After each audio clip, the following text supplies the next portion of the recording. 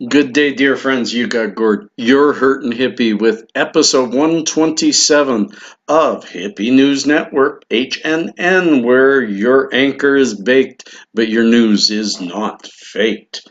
Let's get started. Pitter patter, let's get at her. Let's start with everybody. Let's have some medicine. Let's have some medicine. I need it. I need it to calm myself down. I'm always excited to bring you this news, and I'm always nervous as to how I'm going to present it. I do not practice, I just go with it. So I hope you enjoy. What am I smoking? This is Pineapple Jack from MMJ Total Healthcare, mmjthc.ca. It's my apothecary. I hope it's yours. I'll show you it, give you a nice view of it, and then we'll get on with the news. Here is a gorgeous bud from MMJ. I'm just trying to get it to focus. There we go. This is Pineapple Jack. Sativa, very good for the mornings, and it is morning. Really beautiful, long trichomes, and a gorgeous pineapple tropical smell. It is worth taking the time to roll a joint because I usually don't. Oh, shame on me, YouTube. I might smoke something that's 100% legal. So here we go. I'm going to be legal for a minute.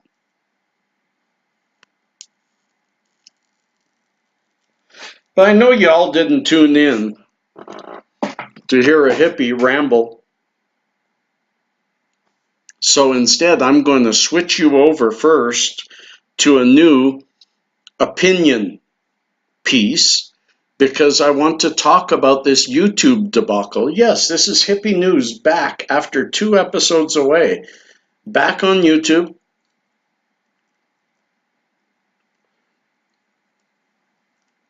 Sorry for the dead air. Back on YouTube for a while. Who knows how long, because YouTube doesn't tell us much.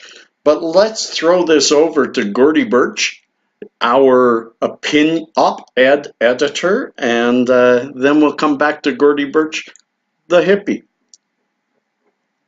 A little hint to you, we might all be the same person. What's going on, YouTube? YouTube. Yeah, it's Gord here with an opinion on this YouTube fiasco. Thanks for throwing that over to me. I certainly have my opinion. And again, remember, all of you, this is just an opinion. So, what's happening with YouTube? April 24th, the Hurtin' Hippie was taken down. He was told that he is a danger to society and to the public at large for his talk of cannabis. This appeared to be a total takedown of all cannabis channels, and slowly but surely, even the big ones like Jolioli of Custom Grow 420 were taken down. Strain Central, many of the ones that encouraged me to bring out a different side of it. People at first thought, they're only taking down, I had some comments from people, they're only taking down the people that really are violating rules and laws and whatever. No, because they took the Hurtin' Hippie down. All he does is talk about how cannabis helps ailments, and he barely ever smokes on camera. So, what just happened this week? 3 days ago, 4 days ago, all of a sudden, all these YouTube channels came back. What is a coincidence is it happened all on the same day, and we all had the same sort of generic, here are 3 or 4 of your videos that we have totally deleted. You get 7 days to look at them. You can't appeal, but you're getting a strike because they're bad. They're bad. Okay. I looked at mine. I didn't know at that time. I should say the hippie. I'm losing that. I'll just run on this. I looked at my videos. I looked at the 4 that they suggested were bad. They're the same as 200 other videos. They were strain reviews. 3 flower strains and 1 concentrate strain. And if that were the case, wouldn't the other couple hundred reviews come down too? But I thought, okay, at least I got my channel back. Then I found out Strain Central, Custom Grow 420, all of these have come back too, even the 1 gram dabbers. So what's that mean to YouTube? How could just a simple strain review of a flower be compared on an equal basis to a guy who does, and I respect his right to be able to do 1 gram dabs and big hits and all about the toking, all about the getting high, where mine is all about what it does to your body, what it does to your life, how it affects things like that. Has YouTube made a mistake? I think so. There are, thanks to a few of you giving me some inside information, Glenn, there is some talk that they hired a bunch of young people to clean up YouTube, and without much rules and regulations around what that meant, they took down all the cannabis channels, and the uproar was so big they just put them all back with the generic excuses to "you're bad." But I challenge YouTube to come back and say what was really wrong, or apologize for making that mistake. They have really hurt a lot of people, and they have not come clean. Since then, I've had one communicate. I have appealed my decision. I ask all of you to appeal your decisions, but of the strike, because you shouldn't have a strike. I can't even go live now. So that's my opinion, guys. YouTube is messing around with us, and they're lying to us. They've brought us back, but that doesn't mean that they can keep us silent. Peace and cheers. Back to the hippie. Wow, look at that. It's as if I never even went away. My joint has hardly even gotten smaller. How do I do that? Let's get on with our stories today, my friends. I hope you enjoyed that piece of opinion. We're going to bring you some opinion if you guys want it. We're starting, as we usually do, with Canadian legalization news, and she's ready to live. If you're watching, you actually asked for some of this. Let me put this away, because too much of it makes Gord a silly boy. So now that's gone away so that I can pay some attention. The first story, brought to you by the Financial Post, says the vote on Bill C-45, our cannabis legislation, establishing a legal framework for adult consumption and regulated cannabis industry, happened after months of debate. The bill was passed the Senate. It now goes back to the House for ratification. It did come with about 40 amendments. I do believe that the Parliament will ratify all those amendments. The amendments, yes, people are up in arms about it. They're up in their arms. The amendments they made was the right for the provinces to ban growing. The right for the Senate to vote on future changes to the legislation, because future entrance of new products and stuff like that, because the legislation does lay out a timeline in which shatter and edibles and stuff like that will be introduced into the recreational market. So now that, as I said, that bill goes back. If all the amendments are ratified, then this will go for a vote and be legal within a couple of weeks, maybe even a couple of days. It still takes time. The many provinces have asked for time, so we do still look at an early fall for legalization going full force, but it is going forward. There is very little chance of this dying now. So, and there's been many other changes. Do I agree with bringing in the right of the provinces to ban growing? To be honest, I don't care, because whatever regulations come forward from this bill, let's just pitter patter and get at her, because whatever regulations come forward, they are going to be,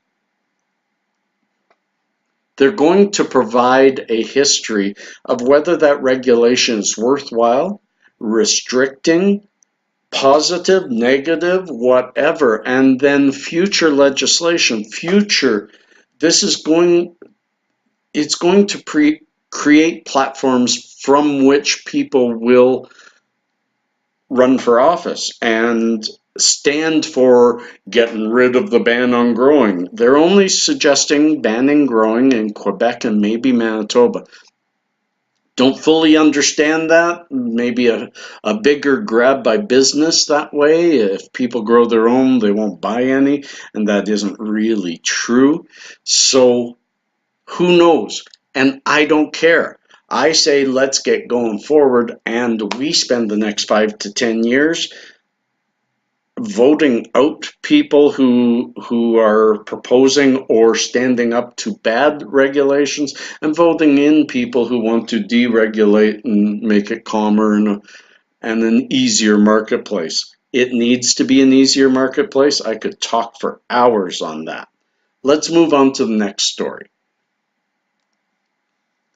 In here, this story was written before the Ontario election ended, and PC leader, progressive conservative leader Doug Ford won as the Premier of Ontario, taking over from the Liberals. The NDP was close, but this story was proposing what would a conservative government in Ontario bring.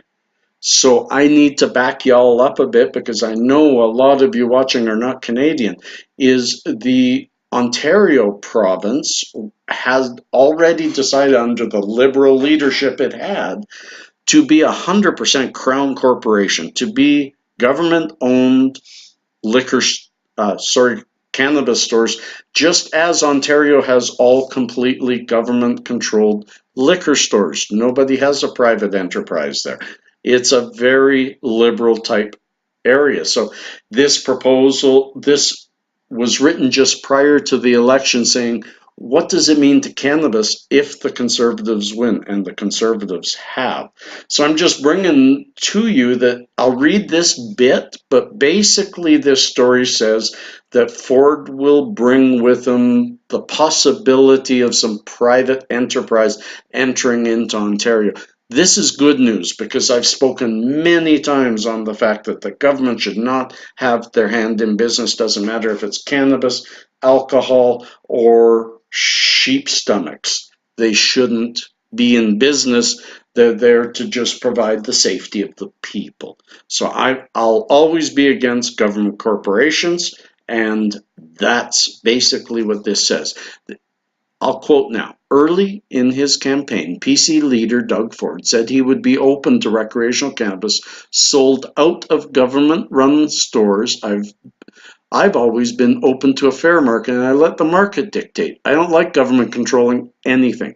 When that caused a bit of stir, he softened his stance, expressing support for the Liquor Control Board of Ontario doing the cannabis sales. So I'm hoping he brings a bit of conservative ideas to the running of the business of legalization. I know Conservatives were against and kind of are against legalization, but it's the will of the people, so move forward, move forward, move forward. Next. Let's move on. Let's stop and just have a little bit, because I mean, it's Sunday. And my friends, I'm always nervous bringing this to you. I am an introvert. Being out there to all of you is not always the easiest thing for me, but it certainly is therapy for me, and it keeps me thinking I have a large audience. Let's move on to the next story. This story is why marijuana legalization will include bans on home grows. I'm not sure why I shared this. It's kind of a reiteration, but maybe for any of you who want to understand the philosophy around Manitoba and Quebec. wanting this, and we have a Liberal government that just bends. Quebec and Manitoba said, oh, we love your legislation, but we want to have our own.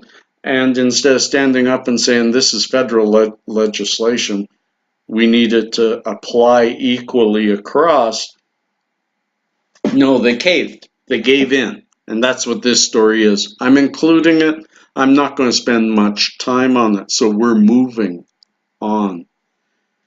This next story is one that's very close to me. I had a grandma with rheumatoid arthritis. I have arthritis, not rheumatoid, thank God. But this can be expressed anecdotally to all the different types of arthritis or anything, chronic pain. I'm going to read from above and then a little bit from below. Rheumatoid arthritis is a chronic, painful autoimmune disorder that commonly affects feet, hands, elbows, knees, wrists, ankle joints. It occurs when our own immune system has gone awry, and it attacks our body parts, leading to swelling and inflammation, pain and damage to the affected areas. So catching it early is important and reducing the effects of it. Then we move on to what they say. Endocannabinoids are naturally occurring chemicals. You got to remember that cannabinoids in here are just like endocannabinoids in our body, and they are produced naturally. Just sometimes for a sick person, not enough. For somebody who's status quo, their body's producing the right amount. Endocannabinoids are naturally occurring chemicals that modulate inflammation in the immune system without causing any adverse side effects. Employing phytocannabinoids to safely achieve immunomodulation and anti-inflammatory benefits is an ongoing science research effort. Thank God for Canada. We're going to be legal completely, so research come to Canada. In experimental and human studies, cannabinoids have been shown to modulate dysfunctional immune system and treat rheumatoid arthritis. Not cure it, but treat it. But who knows, if it can treat it, we get some proper research, it can maybe cure it. That's just me. This next story brought tears to my eyes. It is a shame. It's from Georgia. And it's a shame that this even has to be brought to anybody's attention. But a Georgia couple lost custody of their son and went to jail, were charged with, I don't want to read this. I don't want to read it. There's a video. There's a good read. It's about a couple that wanted to save their son's life. They had a teen son who had horrible seizures, and cannabis is not legal medically in Georgia, and they found that he could be seizure-free with CBD.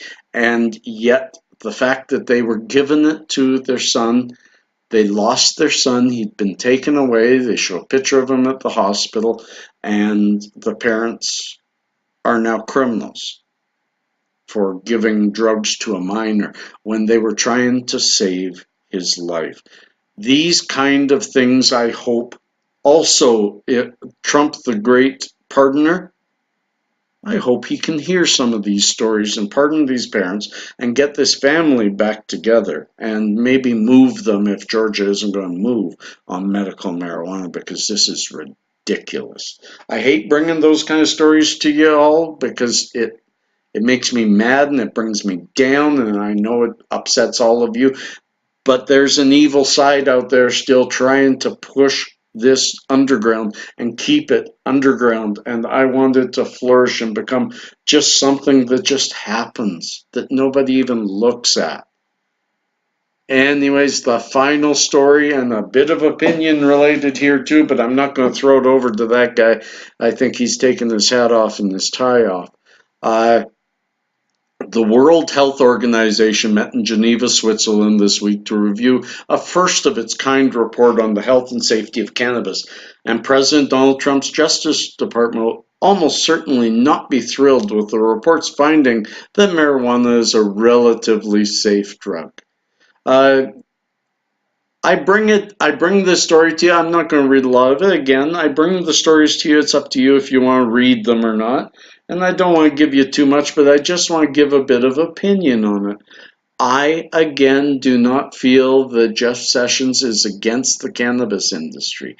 He's just holding firm to an opinion and leaving it to state control while he doesn't know what his boss feels about him. He's not going to do any major moves. He isn't even contemplating it. He only talks tough because his boss likes tough talk. That's my opinion. I've thrown it out there many times. A year and a half ago, I had a few comments that were so tough that I actually had to block a guy because he was so against my opinion that Jeff Sessions was going to do nothing. He was so sure that medical marijuana was going to be attacked in every single state and very quickly. It's a year and a half later and still zero has been done with it. In fact, more states have moved, 3 or 4 more states have moved towards it.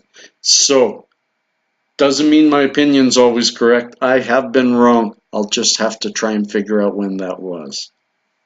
That's the end of Hippie News Network. I hope you've enjoyed it. I want to say welcome back to all of you.